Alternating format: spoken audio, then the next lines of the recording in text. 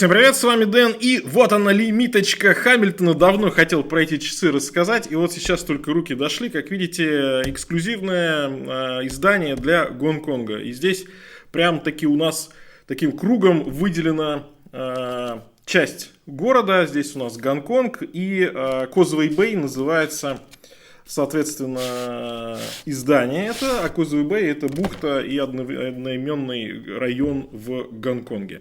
Всего таких моделей выпущено 4 для 4 городов, 4 эксклюзивные версии, которые можно купить только в бутиках этих городов. Это Швейцария, США, Япония, ну и вот, собственно, Гонконг, и здесь в честь вот этой бухты. Там же находится Львиная скала, холм на острове, популярное место для прогулок, а на задней крышке карта как раз гавани Виктории, да, ну вот это у нас на задней крышке корпуса, а по циферблату именно будет контур Львиной скалы. Я всегда останавливаюсь в Causeway Bay, как-то так получается, в отелях в этом районе, там же флагманский бутик Хамильтон, поэтому не мог не взять эту модель. Ну, давайте открывать. Вот она, красотулечка. Так, как тут ее достать-то? Ладно, сейчас разберемся. Сейчас по частям все будем разбирать. Во-первых, ремешок. Как видите, здесь два ремешка.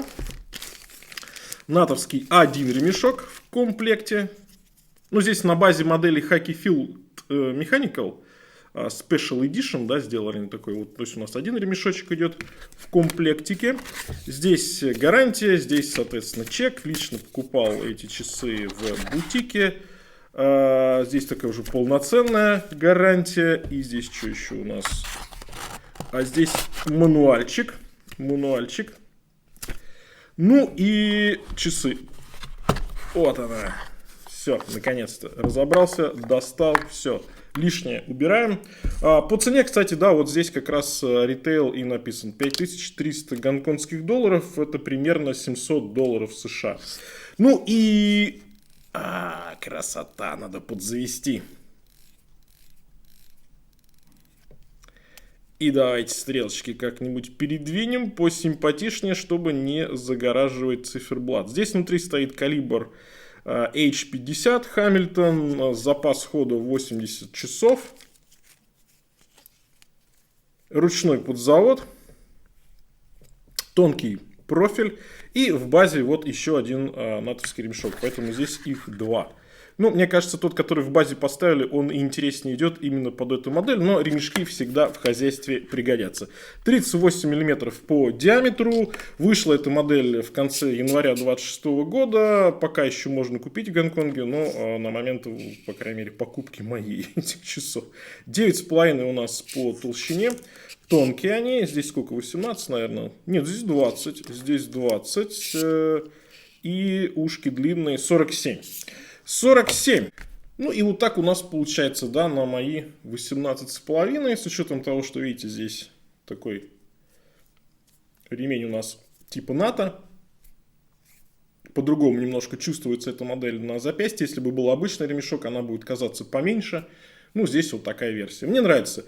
У Хамильтон неплохие ремешки. Они достаточно такие, знаете, плотные, толстые, гладкие. Вот такого типажа ближе к автомобильным ремням. Носятся они хорошо, носятся долго. Единственное, что прям летом в жару хочется попроще ремешок, потоньше и немножко из другого типа материала. Но в обычное время это прям классный вариант ремешка.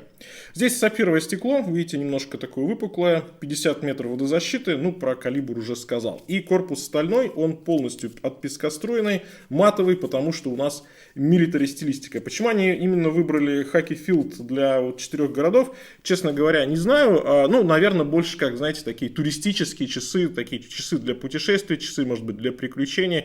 Наверное, неплохо, что... Ну и плюс одна из самых знаковых и ходовых моделей для Хамильтон. Так вот, здесь такой серый циферблат, как будто бы слегка выцветший, плюс люминофор такой Old Radium. Классические стрелки для этой модели и две разметки, 24 часа и 12 часов, ну опять же полевые часы-то по своему предназначению Swissmade, и вот здесь как раз очертания львиной скалы Гонконга, и она вот немножко, надеюсь, видно на камере, и у этой скалы, да, есть рельеф. есть рельеф, видите, и основная часть циферблата, она как бы повыше, потом уже идет скала, потом рельефные, опять же, цифры 6, 5 и 4, и сама скала тоже с рельефом. Интересное решение, такое необычное, ну и сразу заметное, прикольно. Корпус классика здесь, да, пескоструй, заводная головка, просверленные ушки. Эта модель стоит чуть-чуть дороже, чем обычная базовая версия Hacky Field, поэтому, собственно, мне кажется, вариант неплохой и такой вот подарочный, я бы сказал, от Хамильтона. Ну и задняя крышка, бухта, Виктория, здесь как раз то же самое, что и на коробке я вам показывал. Вот Гонконг, эксклюзивное издание Хамильтон. Миленько, миленько, прикольно, мне понравилось, поэтому, конечно же, тем более, что один из моих любимых городов, так что сразу же увидел и взял в бутике. В общем, прикольно. Что еще про эти часы сказать? Мне кажется, что максимально универсальная версия, и, наверное, из этих 4 она такая самая универсальная, самая повседневная. И если с каким-то другим ремешком их примерять, пробовать, то, в принципе, и на каждый день подойдет. Но на лето, я думаю, что все-таки я вот точно сниму здесь базовый ремешок. И ни один, ни второй, мне кажется, это больше такие осенние варианты уже больше. А здесь, я думаю, поставить что-нибудь, может быть, либо каучук, либо какой-нибудь тканевый ремень полегче, попроще для именно на лето. Ну что ж, на этом у меня все. Всем пока. С вами был Дэн. Конечно же, увидимся.